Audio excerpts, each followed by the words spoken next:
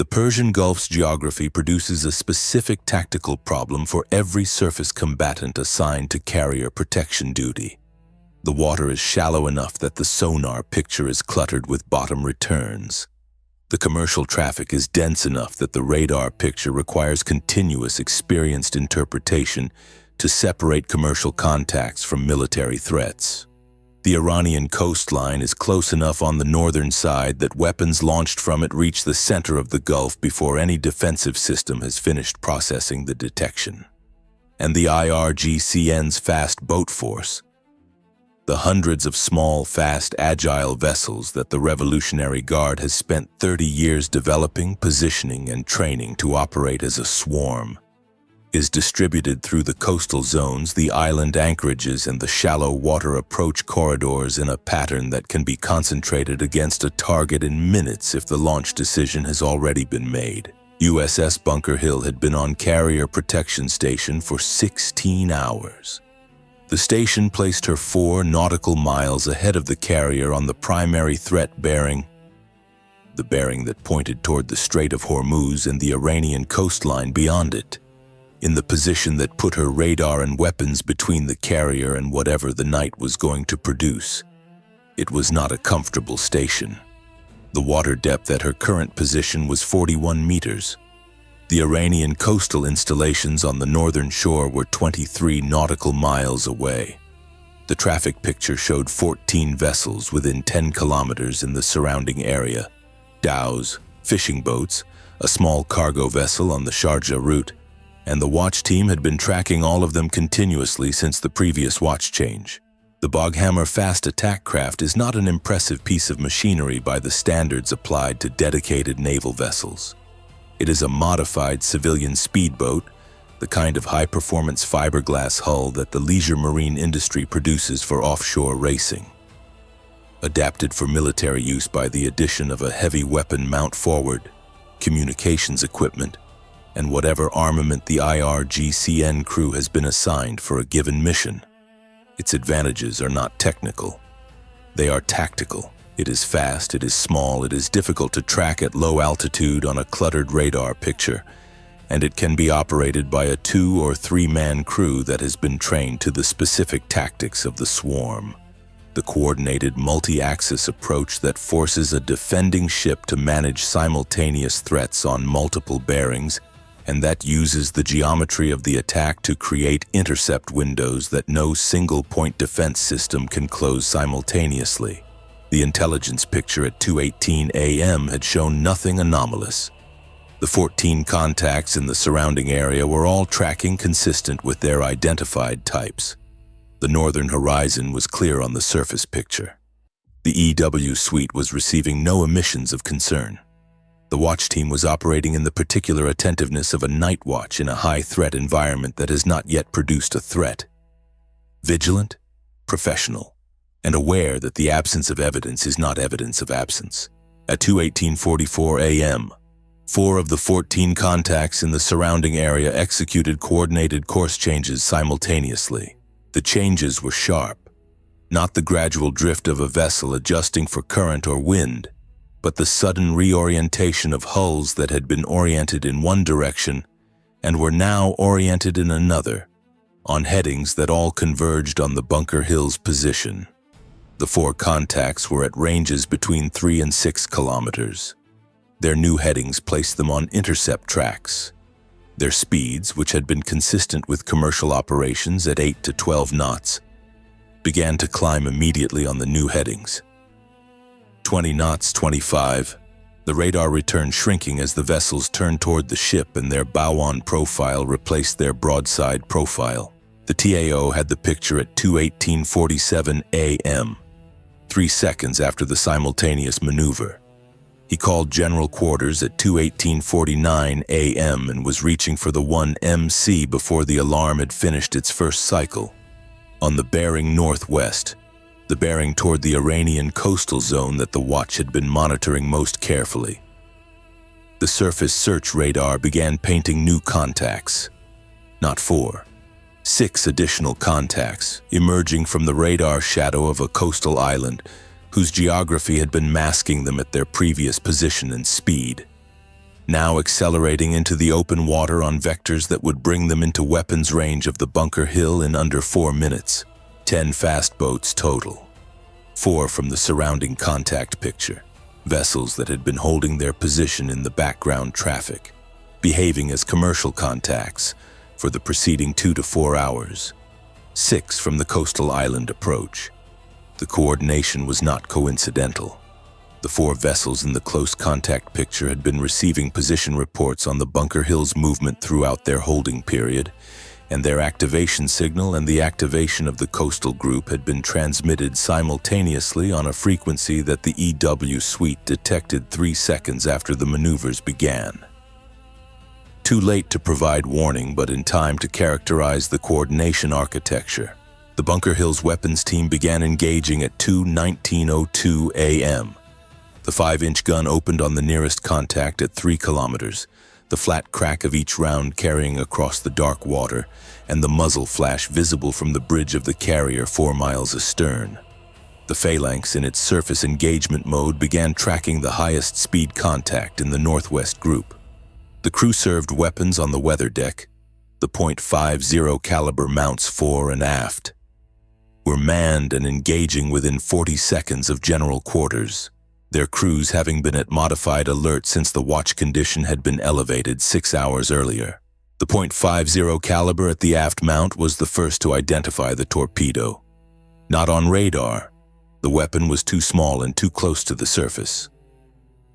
But visually, in the brief, intermittent flash of phosphorescence that a torpedo's wake produces in warm, slightly saline water when the propeller cavitation disturbs the bioluminescent organisms in the upper water column.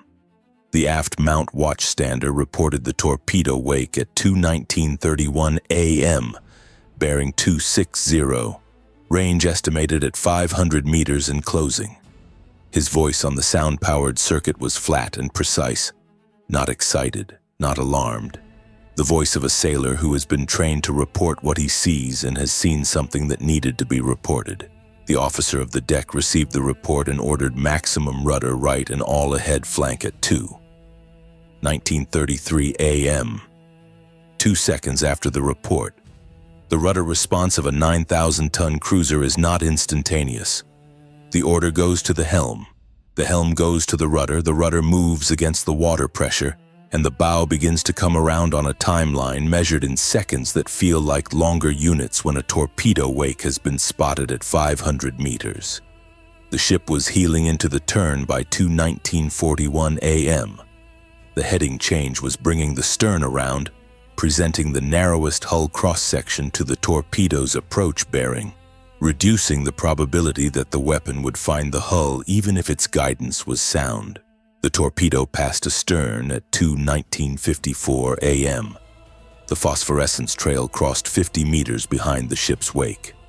The watchstander who had reported it watched it pass and reported the bearing it was now tracking, outbound, harmless, running toward open water. The crew who heard his second report understood what had happened without being told. They had been 50 meters from a different outcome. The 5-inch gun crew had not stopped firing during the evasion turn. The gun's fire control system was tracking the fast boats in their sectors continuously, and the mount trained to follow its targets through the ship's turn without requiring a manual reacquisition. 2 of the 4 contact picture fast boats had been stopped, their hulls destroyed or disabled by 5-inch rounds before they could close to torpedo launch range. The remaining 2 were inside 3 kilometers and still closing. One of them had already launched its torpedo, the one that had just passed astern. The other had not yet reached its launch point. At 2:20:08 a.m., the second torpedo was in the water from the remaining contact picture fast boat, launched from a range of approximately 1,500 meters on a bearing that, given the ship's current heading change, was now angled toward the Bunker Hill's bow rather than her amidships section. The torpedo launch geometry was less favorable for the attacker than it had been 60 seconds earlier. The evasion turn had created a crossing geometry that the torpedo's straight running profile would address only if the solution allowed for the ship's continued turn. The countermeasures officer deployed the acoustic decoy at 2:20:11 a.m. The decoy entered the water off the port quarter, broadcasting the synthetic hull noise that the torpedo's passive acoustic seeker would evaluate against its target criteria. The torpedo ran toward the decoy for 47 seconds before its classification system rendered the same judgment that the Houthi drone's classification system had rendered in the Red Sea months earlier in a different engagement. The acoustic signature was consistent with a decoy rather than a genuine hull target. The torpedo turned, not back toward the Bunker Hill. The torpedo's terminal search, having rejected the decoy, was now executing an expanding spiral in the area of its last computed target position. The position the Bunker Hill had been in before the evasion turn, now empty water. The spiral was running in a direction that would eventually bring it back toward the ship's current position. The torpedo was not defeated. It was searching. At 2:20:44 a.m., while the second torpedo was still searching, the MLRS rockets arrived. The coastal MLRS battery, a truck-mounted multiple launch rocket system positioned in the rocky terrain on the eastern shore of an island that the intelligence picture had assessed as uninhabited, had been set up during the preceding 18 hours. The rockets it fired were not precision weapons. They were unguided 122mm artillery rockets of the type produced domestically in Iran in quantities that made them the most commonly fielded indirect fire munition in the IRGC's inventory.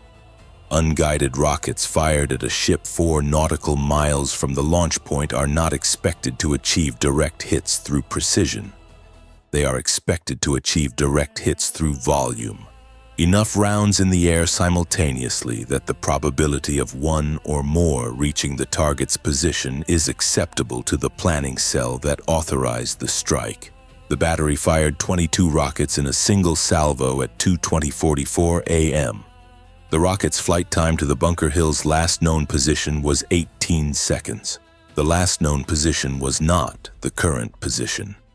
The evasion turn that had avoided the first torpedo and the continued maneuvering that was managing the second torpedo's search pattern had moved the ship from the position the MLRS battery had been targeting.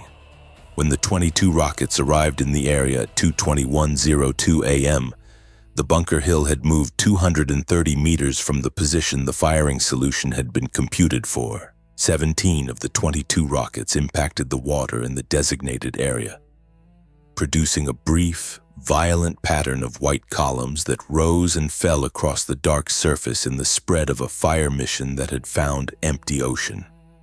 3 rockets fell short of the intended area.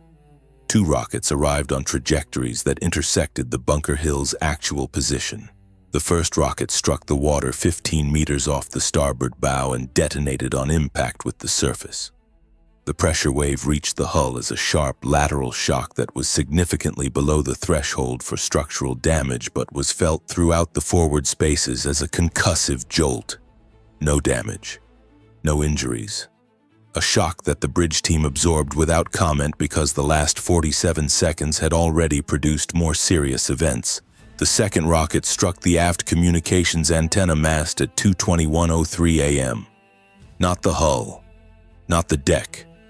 The mast, the 40-foot steel structure rising from the aft superstructure that carried the satellite and high-frequency communications antenna array. The 122mm warhead, which was not designed for penetrating hardened targets but was entirely adequate for destroying a steel antenna mast, detonated on contact with the mast's midsection. The upper half of the mast, with all its antenna assemblies attached, was severed and fell onto the aft deck in a tangle of steel, cabling, and electronics that the aft deck watch crew avoided by 4 meters because they had moved forward to the crew-served weapon positions when General Quarters was called. The Bunker Hill lost 4 of her 7 primary communication circuits at 2:21:03 a.m. The mast debris on the aft deck was a secondary hazard.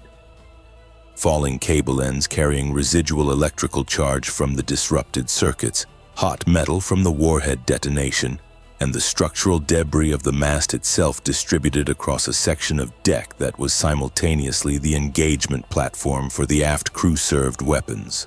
The aft .50 caliber mount crew was 22 meters forward of the mast impact point. They were not in the debris field. They remained at their station and continued engaging the fast boat contacts that were still closing from the northwest. The second torpedo found the Bunker Hill at 2:21:17 a.m. The expanding search spiral had reached the ship's current position 13 seconds after the rocket impact. The passive acoustic seeker had resolved the hull noise from the background and committed to an attack run. The Bunker Hill's sonar had been tracking the torpedo's search spiral since the decoy rejection, and the TAO had received 3 sequential bearing updates that showed the weapon's spiral converging on the ship's current position. Before the sonar supervisor's final call confirmed the attack run, the officer of the deck ordered hard right rudder at 2:21:09 a.m. 8 seconds before impact, when the sonar picture showed the weapon committed.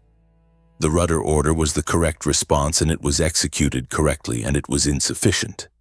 The torpedo had acquired from a bearing that the rudder response could not open enough range on in 8 seconds. The weapon was too close. The geometry was wrong. The Bunker Hill's stern was swinging right, and the torpedo was tracking a hull that was rotating toward it rather than away. The torpedo struck the hull on the port quarter at 2:21:17 a.m. Not amidships.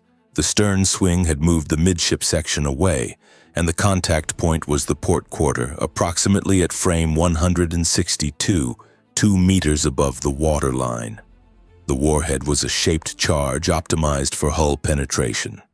At 2 meters above the waterline, the penetration geometry was suboptimal. The shaped charge's penetration performance against hull plating is highest below the waterline, where the water pressure assists the penetrating jet.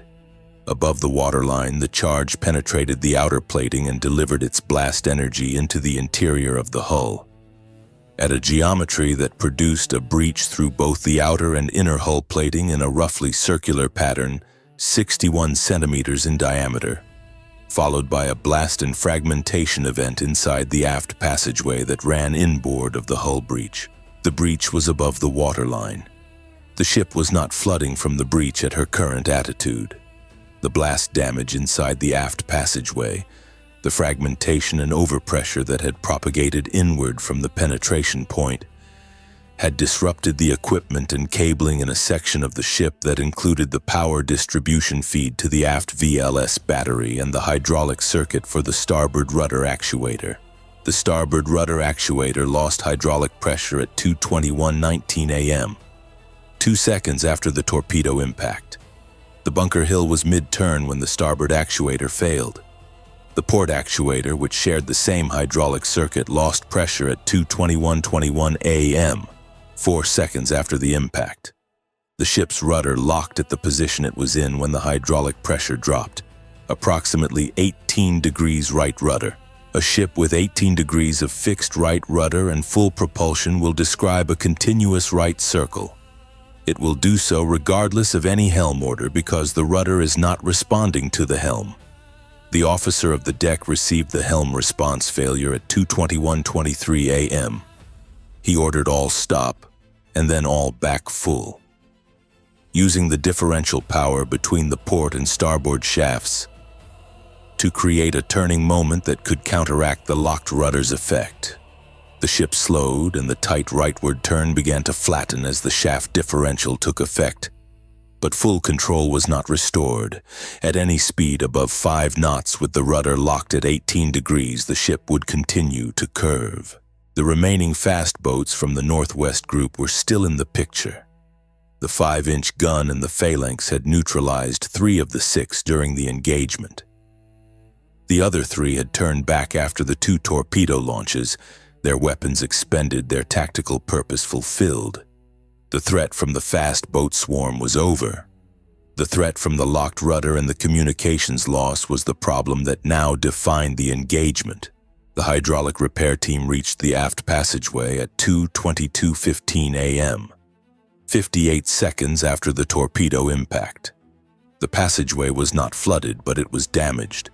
Fragments from the warhead penetration had shredded sections of the cable trays that ran along both overhead and bulkhead surfaces. and 2 of the fragments had struck the hydraulic line running to the rudder actuator manifold. The line itself was intact. The fragments had not severed it. What they had done was sever the solenoid wiring to the pressure control valve, causing the valve to fail in the closed position and trap the hydraulic pressure downstream of the valve rather than allowing it to reach the actuators. The solenoid wiring repair was a field expedient task. Identify the severed wire ends, strip the insulation from both ends to bare metal. Join them with the emergency wire connector from the hydraulic system repair kit and apply the adhesive heat shrink tubing to insulate the joint.